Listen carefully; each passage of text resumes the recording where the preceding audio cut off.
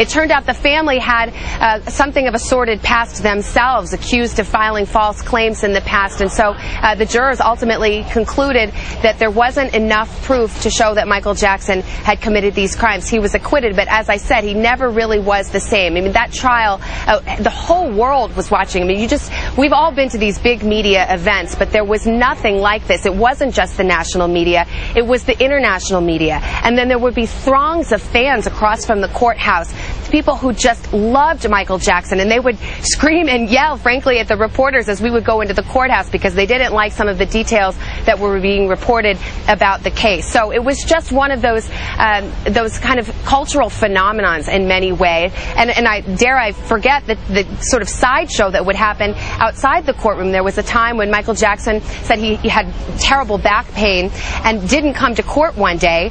The judge, who just was the kind of judge who was just a very no-nonsense judge and didn't want any antics, told Tom Mesereau, "You better get your client here in an hour." And there was literally a countdown clock on cable, people wondering, is Michael Jackson going to make it to the courthouse or will he be held in contempt in court? And then lo and behold, he walked in his pajamas, which all happened live on television. And in fact, there was another occasion outside that courtroom, David, when, and a lot of people remember this video, I'm sure we're showing it. This was actually early in the case, before the trial, during the arraignment. There were so many fans that came to the courthouse hoping to get a glimpse of him that he hopped up onto the SUV and did a little dance, something that did not go over well with the judge in that case. So that trial will be as much a part of the Michael Jackson story as all of his other triumphs in music since he was a little boy. NBC's Savannah Guthrie. Savannah, thank you very much. And again, for those of you who are just joining us, NBC News is reporting, we're reporting at this hour, that Michael Jackson has died. Jackson apparently, well, it's unclear what the cause of death was, but a number of reports this afternoon that paramedics were summoned to Jackson's Holmby Hills house, where Jackson was unconscious and unresponsive. The paramedics performed CPR. That, of course, did not work. Jackson was taken to the UCLA Medical Center, where doctors pronounced him dead after he had apparently been in a very deep coma. Jackson's family members, his father Joe, and there's something of an estranged relationship between Michael Jackson and his father, but nonetheless, Joe Jackson told our NBC affiliate in Las Vegas this afternoon that he had been told that Jackson had been in cardiac arrest or had suffered some type of heart attack. All of this came at a time when Michael Jackson was less than just a couple of weeks away from starting a 3-year-long world tour, which Jackson had hoped to essentially resuscitate his music career, wipe out the debt that he had incurred, and essentially get back his reputation that had been tarnished in large part from the 2005 trial that Savannah was mentioning. We're told that Jackson had been working out with a physical trainer, that he'd been trying to get in appropriate physical shape for a demanding concert tour so that he could give the sort of performances that his fans, many of them, expected and anticipated from Michael Jackson. But again, NBC News is reporting that Michael Jackson this afternoon died. Jackson, of course, part of the famous Jackson 5 from Gary, Indiana. Jackson was 50 years old. He will long be forever remembered, not only for the weird behaviors and the pajama arrival at the courthouse and all the problems that seemed to follow Michael Jackson the last couple of years, but his album Thriller in the 1980s is the single biggest selling album in U.S. history. It made Jackson a fortune. It was a fortune that some Jackson fans felt was wasted away on things that they couldn't quite understand. There were episodes, of course, throughout the years with Michael Jackson that just seemed so strange, but as strange as Michael Jackson was, and you can see from some of his fans, he was a beloved figure in so many ways.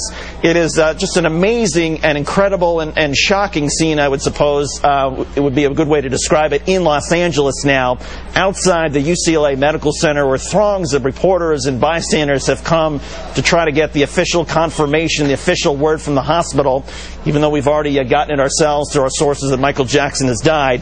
NBC's Michael Oku is now live outside the UCLA Medical Center. And Michael, why don't you describe the scene? Well, David, you got that right. I mean, this is certainly a major scene here. If you weren't reading the reports either on the computer or watching television, you would certainly know just by passing through here that something very serious is happening. Choppers are buzzing overhead. Crowds are forming on the streets.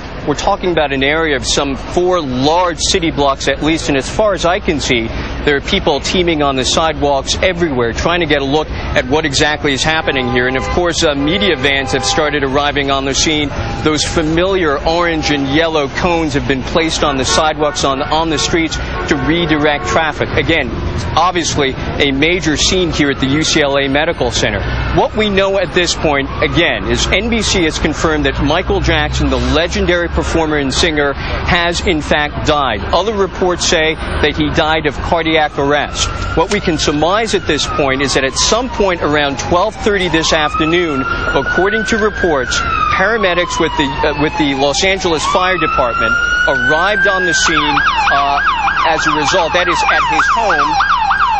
Just one moment, David, as more responders get here for perhaps other reasons. Again, at about 12:30 this afternoon, based on a 911 call that came from Michael Jackson's rented home in the Holmesby Hills section of Los Angeles, responders came to Michael Jackson, found that he had absolutely no pulse, worked to revive that pulse, and were unable to, at which point they rushed him here to the UCLA Medical Center, where we understand that he was declared dead here. Again, Michael Jackson was trying to relaunch his career. A major performer and singer, obviously, in the 1970s after having created his own solo career after the Jackson 5, and obviously had some very difficult times, some allegations of child sexual abuse.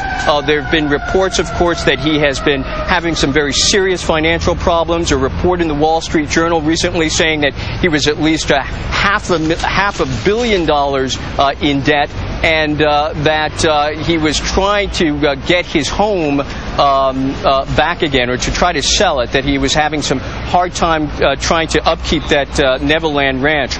Was launching major concerts in Europe, was working overtime to do that. Now, of course, we understand that he's passed away. David? Michael Oku outside the UCLA Medical Center in Los Angeles. We're joined now on the phone by Mark Lester, who is the godfather of Michael Jackson's children, Prince and Paris. Mark, obviously, our sympathies, our condolences are with everybody in the Jackson family and everybody who's close to him. I wonder if you can just tell us what you heard today, what you know, your reaction.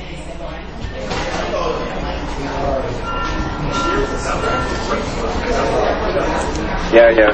Cool. Okay, mate. Give me a call back in a minute, okay? Cheers. Mark, it's David Schuster. Can you hear me? Hello? Yeah, Mark, it's David Schuster, and I just want to get your reaction, our sympathies, of course, with the entire Jackson family. You're the godfather of Michael Jackson's children. I wonder if you can talk about the situation as you know it. Well, we're just absolutely shocked, and we're absolutely devastated. We're just hoping and praying that these reports are unfounded, but I mean, it's so sad. We were with Michael just shortly, and he was in such good form, such good spirits, so positive. I'm just absolutely devastated about the whole thing. Mark, when was the last time that you saw Michael? You said that he was in good spirits. He seemed to be doing well. Well, we spent a lot of time when he was here in London. He was preparing for it and did a presentation at the O2 Arena, and he was in just such a high. He was focused, and he was just really looking forward to his concerts here in London. What was he like as a father? I mean,